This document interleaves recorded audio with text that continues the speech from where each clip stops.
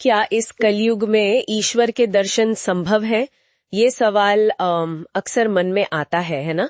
खासकर जब हम सुनते हैं कि भाई इस युग में ईश्वर का तेज सहन करना वो शायद हमारी आंखों के लिए संभव नहीं है। हाँ, ये बात कही जाती है। पर कुछ वृतांत ऐसे हैं, और खासकर जब बात प्रभु श्री राम के परम भक्त पवन पुत्र हनुमान की हो तो सोचने पर मजबूर हो जाते हैं। आज हम इन्हीं कुछ स्रोतों पर एक नजर डालने वाले हैं। हमारे पास जो जानकारी है वो हनुमान जी के दर्शन और कलयुग में, मतलब हमारे इस वर्तमान युग में, उनकी उपस्थिति से जुड़ी कहानियों और मान्यताओं पर आधारित है जी। तो चलिए इस विषय की गहराई में उतरते हैं और देखते हैं कि ये वृतांत क्या दर्शाते हैं। शास्त्रों में हनुमान जी को कलयुग का जागृत देवता बताया गया है, तो सवाल ये उठता है कि वे आजकल हैं कहाँ? हाँ, ये एक महत्वपूर्ण प्रश्न है। देखिए, तुलसीदास जी के लेखन का अगर हम संदर्भ लें तो उनका निवास तिब्बत स्थित गंधमादन पर्वत पर माना जाता है। गंधमादन पर्वत, अच्छा जी। और इसके पीछे दो मुख्य कारण बताए जाते हैं। क्या है वो?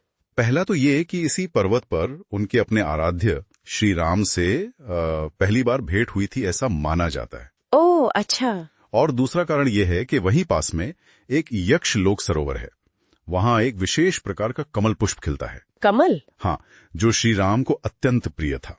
तो कहते हैं कि हनुमान जी आज भी रोजाना प्रभु की पूजा के लिए वो पुष्प वहीं से ले जाते हैं। रोजाना? अद्भुत। तो ये तो उनके निवास स्थान की बात हुई। जी। अब उन भाग्यशाली लोगों की बात करते हैं जिन्होंने हनुमान जी को देखा है। द्वापर युग से शुरू करें, महाभारत काल में भीम का सामना हुआ था उनसे। हाँ, बिल्कुल। वो प्रसंग तो बड़ा ही दिलचस्प है। भीम को, अब जानते हैं, अपने बल का बहुत अभिमान था। हाँ, था तो सही। तो रास्ते में उन्होंने एक बूढ़े वानर को लेटे देखा जो असल में हनुमान जी थे।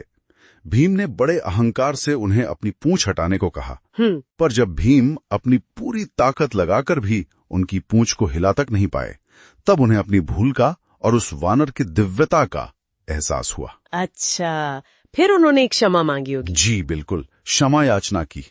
तो एक तरह से हनुमान जी ने भीम का गर्व चूर किया। सही कहा। एक और प्रसंग अर्जुन से भी जुड़ा है, रामेश्वरम में। हाँ बिल्कुल। अर्जुन ने राम सेतु को देखा और कहा कि अरे, मैं तो इससे कहीं बेहतर सेतु अपने बाणों से बना सकता हूँ। अच्छा, अहंकार यहाँ भी। हाँ, तो वहीं पर हनुमान जी, वो एक ब्राह्मण के वेश में थे, उन्होंने चुनौती दे दी।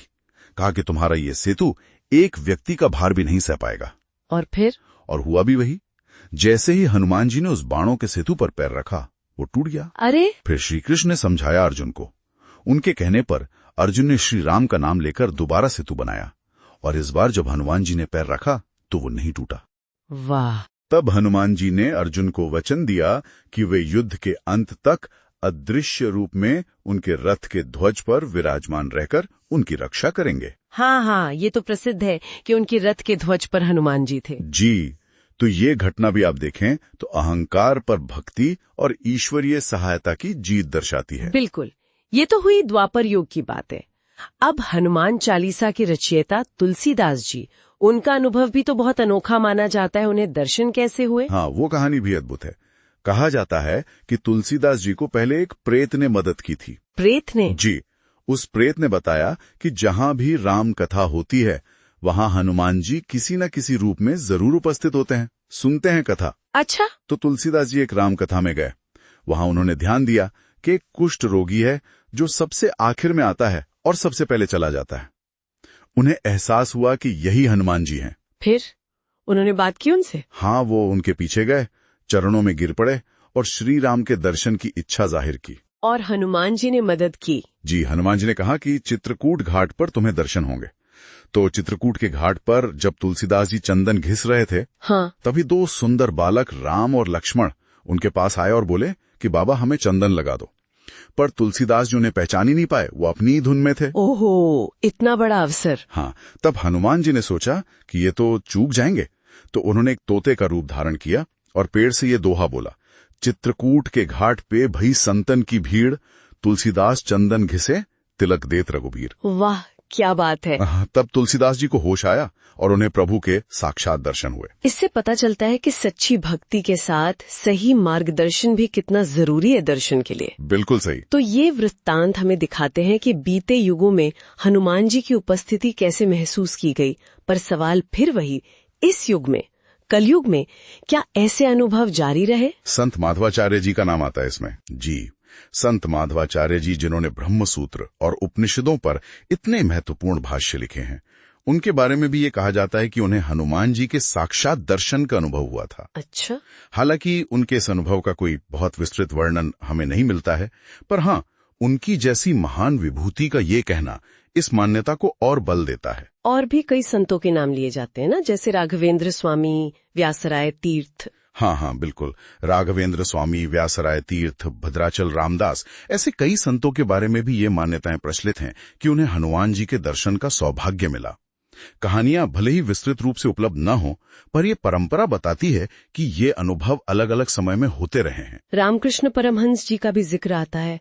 वो तो माँ काली के भक्त थे, पर हनुमान जी के प्रति भी उनकी गहरी आस्था थी। और वो कहानी कि उनकी भक्ति इतनी बढ़ गई थी कि उनकी रीढ़ से पूंछ निकलने लगी थी। हाँ, ये वृत्तांत भी सुनने को मिलता है। देखिए, इसे शायद शाब्दिक रूप से लेने की बजाय भक्ति की पराकाष्ठा का एक प्रतीक के रूप में देखना चाहिए। अच्छा, मतलब एक सिंबोलिज्म। जी बिल्कुल, कि भक्त अपने आराध्य के भाव में इतना डूब गया, इतना एकाकार हो गया कि उसे अपने अंदर वैसे ही शारीरिक चिन्ह महसूस होने लगे। ये भक्त और भगवान के बीच की वो जो अनूठी निकटता होती है, उसको दर्शाता है। समझ गई। और फिर अंत में नीम करोली बाबा, वो तो अपेक्षाकृत काफी आधुनिक समय के संत हैं। जी हाँ। कई लोग तो उन्हें हनुमान जी का अवतार भी मानते हैं। उन्होंने तो 108 हनुमान मंदिर बनवाए। बिल्कुल, और उन्होंने तो स्पष्ट रूप से हनुमान जी को अपना गुरु माना था, और ये भी कहा था कि उन्हें अपनी साधना के दौरान हनुमान जी के साक्षात दर्शन हुए हैं। अच्छा, उन्होंने खुद कहा था? जी, उनके अनुयायी और उनके जीवन पर लिखी किताबों में इसका जिक्र मिलता है। तो ये कलयुग में भी साक्षात दर्शन की संभावना को जीवित रखता है। तो ये सारे वृत्तांत, चाहे वो द्वापर युग के हों या फिर कलयुग के, एक बात की ओर तो स्पष्ट इशारा करते हैं। किस बात की ओर? कि हनुमान जी अपने भक्तों पर कृपा करते हैं। वो किसी न किसी रूप में दर्शन देते हैं, या कम से कम अपनी उपस्थिति का एहसास जरूर कराते हैं, खासकर तब जब भक्त को शायद मार्गदर्शन या सहायता की सबसे ज्यादा जरूरत होती है। बिल्कुल सही कहा आपने। इन सभी कहानियों में एक सूत्र है, जरूरत के समय हनुमान जी की सहायता या उपस्थिति।